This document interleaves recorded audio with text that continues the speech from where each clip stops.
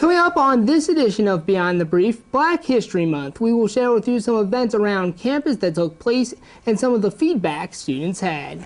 And I'll be sitting down with Lynn University professor Dr. Carmita Blake to discuss her views on the history of blacks in the U.S., the history of blacks in Jamaica, and the progress and achievements that have been made in both countries.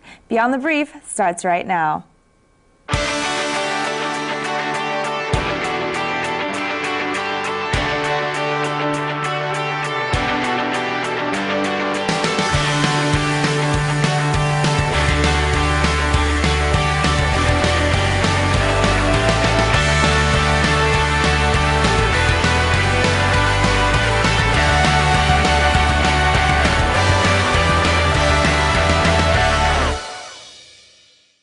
Welcome to another edition of Beyond the Brief presented by iPulse. I'm Arianna Shaffer. And I'm Ricky Freeberry. For 80 years, the month of February has been celebrated as Black History Month. The purpose of this designation is to inform and educate the community. The Black Student Union, a student organization at Lynn, hosted a Welcome Back block party earlier this month. Over 70 members of the Lynn community came out to the block party and were treated to a free concert put on by Friends of Lynn, as well as students and alumni.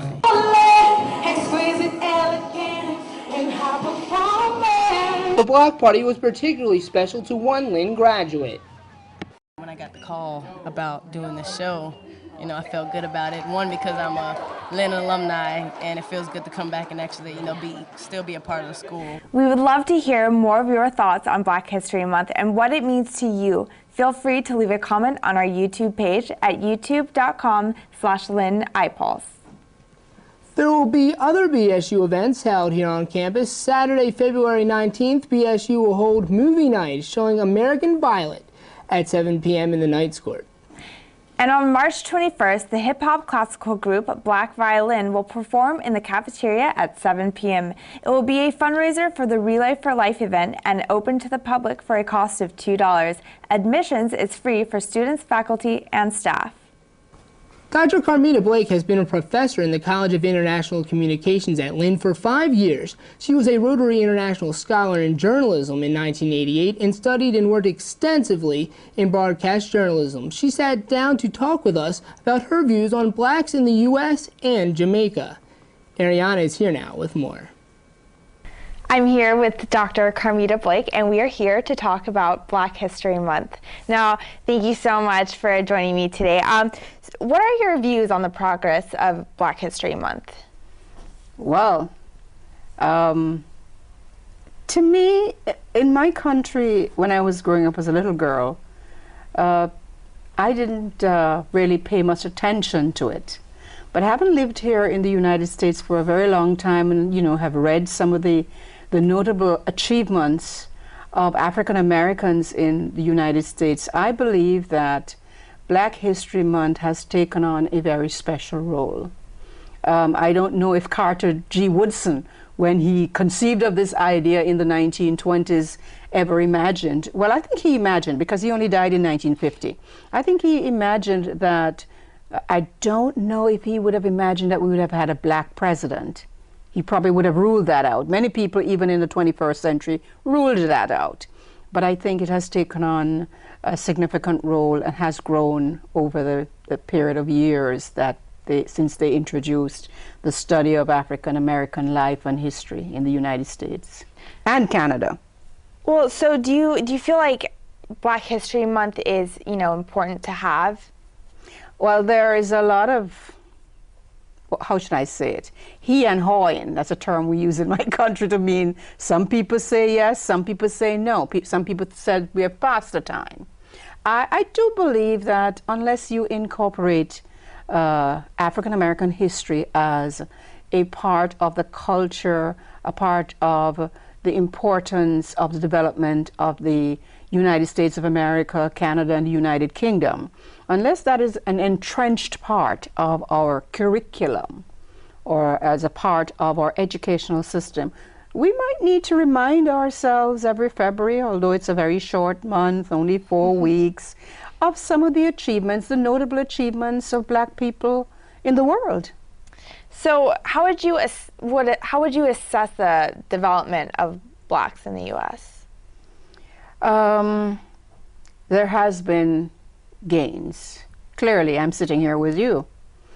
We have to say that had it not been for people like Martin Luther King, Abraham Lincoln, a lot of people don't understand that president, the 16th president of the United States, who signed that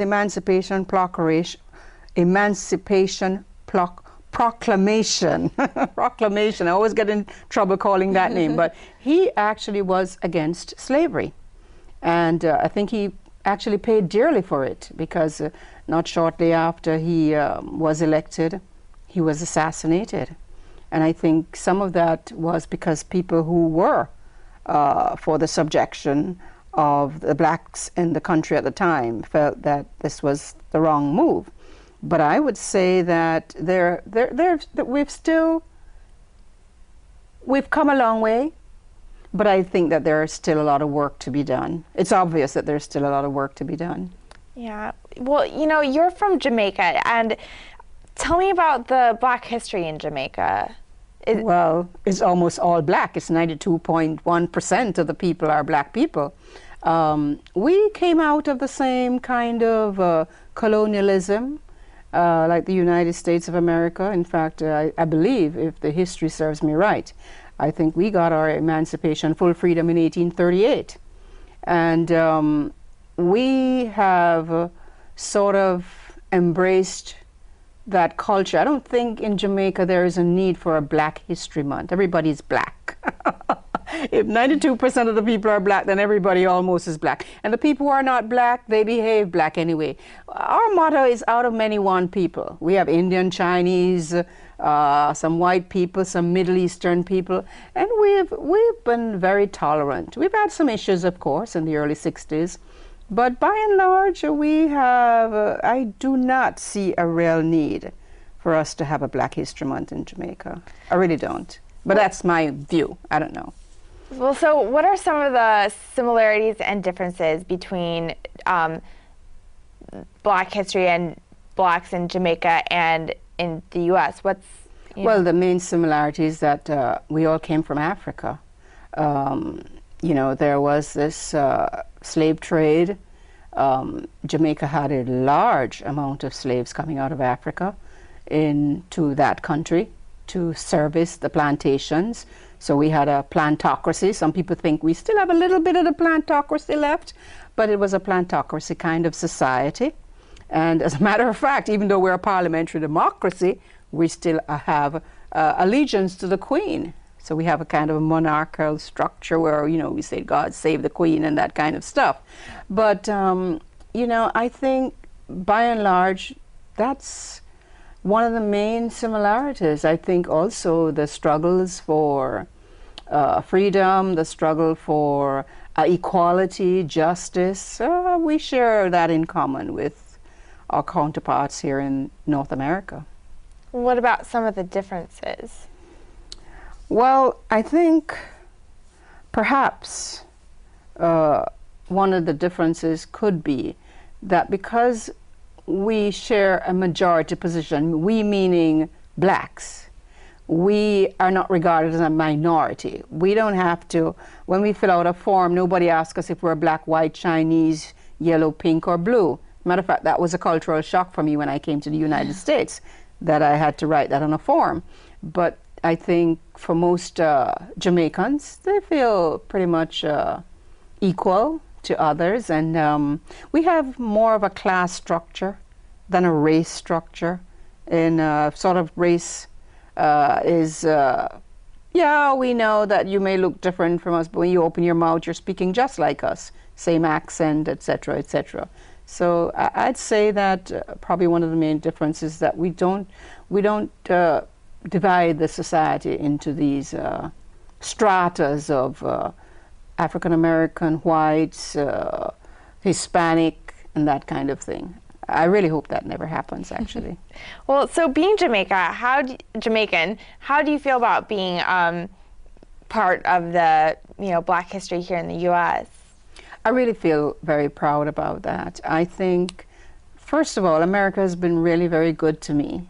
I think that I'm a Rotary International Scholar, and I believe that I have met so many good people in this country who have been so gracious that somehow I have told students that I don't feel marginalized or anything. I mean, I don't profess to be speaking for the majority, but for me personally, I feel at home, actually. Oh, that's great. Well, Carmita Blake, thank you so much for being here today. It was such a pleasure. Thank you. You're very welcome. Thank you, Arianna. Lynn University will hold Multicultural Day, an annual festival to recognize Lynn's multicultural population, on February 17th, beginning at 11:30 a.m. Students will wear traditional garments while staffing booths and tables displaying the flags, arts, and other cultural items that represent their homeland. The event will also include live music and entertainment by multicultural dancers and international foods from around the world. This concludes Beyond the Brief. I'm Ricky Freeberry. And I'm Arianna Shaffer. Thank you for tuning in. Have a great week and weekend.